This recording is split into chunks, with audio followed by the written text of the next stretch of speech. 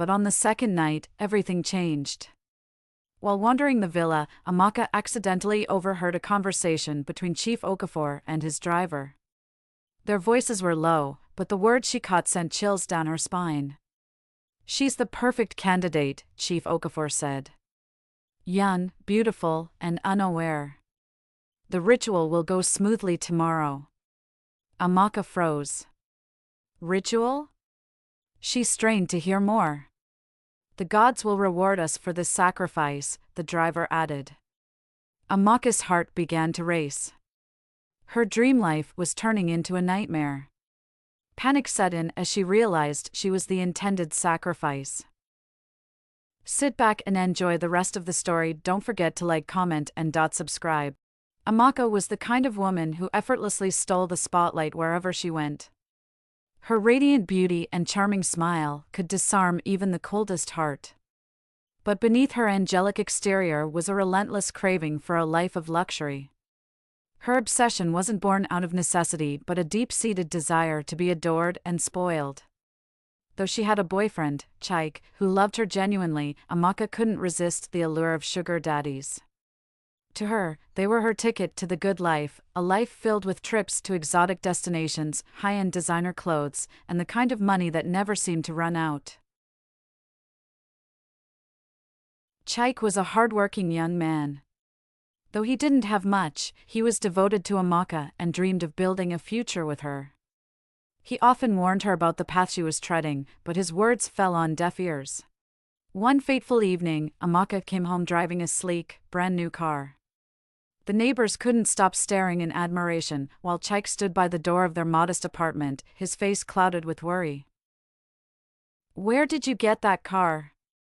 he asked the moment she stepped out, a hint of anger in his voice.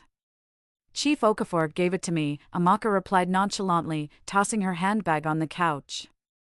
"Amaka, how many times do I have to tell you? These men don't care about you. They'll use you and toss you aside when they're done. Why can't you listen?" Amaka rolled her eyes. "Chaik, please. You're being dramatic. Chief Okafor is harmless. He just appreciates me, that's all." "Harmless?" Chaik snapped. "Do you think these gifts come without a price? One day, you'll pay for all this in a way you can't even imagine." Amaka waved him off dismissively. "Chaik, not everyone is content with a simple life. You can't give me the things I want. Let me enjoy myself." Hurt and frustrated, Chaik walked away, leaving Amaka to revel in her new car. A week later, Chief Okafor invited Amaka on an exclusive weekend getaway to a private villa. The promise of luxury was too tempting to resist. Ignoring Chika's warnings, she packed her bags and left without informing anyone. At first, everything seemed perfect. The villa was breathtaking, the food exquisite, and Chief Okafor spared no expense in making Amaka feel like a queen. He even handed her the documents for a plot of land in the city, sealing her belief that she was living the dream.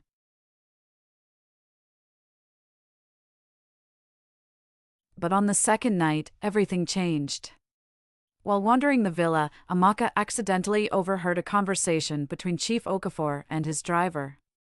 Their voices were low, but the words she caught sent chills down her spine. "She's the perfect candidate," Chief Okafor said. "Young, beautiful, and unaware. The ritual will go smoothly tomorrow." Amaka froze. "Ritual?" She strained to hear more. "The gods will reward us for this sacrifice," the driver added. Amaka's heart began to race. Her dream life was turning into a nightmare. Panic set in as she realized she was the intended sacrifice. She quickly grabbed her handbag and tried to make her way to the main door. But to her horror, it was locked. She frantically tried the windows, each one securely fastened. Every exit she could think of was sealed shut. Her breaths came in short, shallow gasps as she leaned against a wall, tears streaming down her face. For the first time, Chica's voice echoed in her mind. Do you think these gifts come without a price? One day, you'll pay for all this in a way you can't even imagine. How she wished she had listened. Chike had always warned her about men like Chief Okafor, but she had brushed him off, chasing a life of fleeting pleasures. Now, she was trapped, her luxurious surroundings feeling like a gilded cage. Desperate to find a way out, Amaka remembered the words she had overheard, the ritual will go smoothly tomorrow. She shuddered, realizing she had less than a day to save herself. Meanwhile, Chief Okafor was in another part of the villa, instructing his men to prepare everything for the sacrifice. Amaka now understood why he had been so generous, the car, the land documents, and the constant flattery. It was all a facade. In the silence, she heard footsteps approaching. Her heart pounded as she crouched behind the counter. She could make out Chief Okafor's deep voice. Amaka, my dear, where are you? Don't make this difficult. When the footsteps faded, she seized the moment. Returning to her room, she noticed the air vent near the ceiling. It was small, but it was her only chance. Using all her strength, she climbed onto a dresser and pried the vent open with the knife. Her hands were raw, and her arms ached, but she finally managed to squeeze through. She crawled through the dark, narrow shaft, her mind racing with thoughts of Chike. If she survived, she would make things right.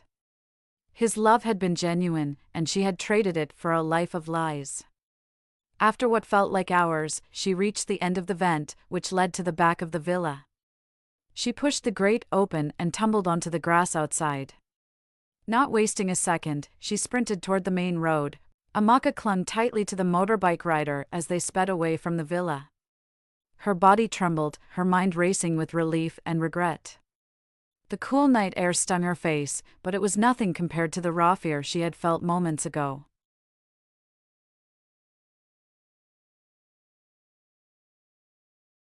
When she finally arrived in her neighborhood, her legs wobbled as she stepped off the bike.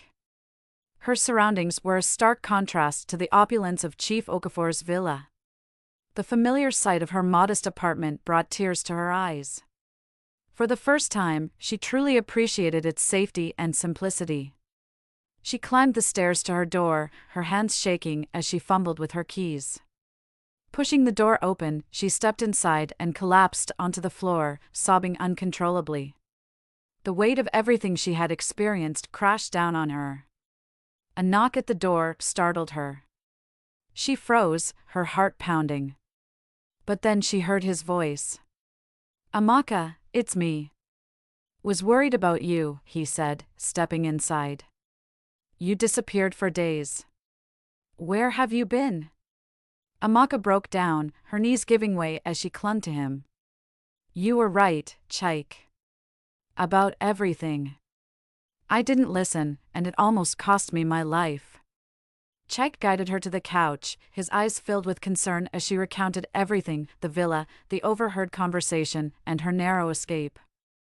Amaka, he said softly, taking her hand, I've always loved you, not for the things you had or the life you wanted, but for who you are. I just wish you could see that you don't need all those things to be happy. Tears streamed down her face as she nodded. I see it now, Chike. I see it. I've been so blind, chasing after things that don't matter. But if you'll have me, I want to make things right. Chike smiled, his eyes glistening with unshed tears. Well, take it one day at a time, Amaka. Together. That night, as Amaka lay on her bed, the weight of her experiences still heavy on her chest, she felt a new sense of clarity. She had been given a second chance, and she vowed never to squander it. Her dream life wasn't in the glitz and glamour she had once craved, it was in the quiet, steadfast love of a man who had stood by her, even when she didn't deserve it. For the first time in her life, she truly appreciated Chike. Moral lesson: true wealth lies in love, integrity, and safe, not in fleeting material gains. Thank you for your time. Don't forget to like, share, comment, and subscribe.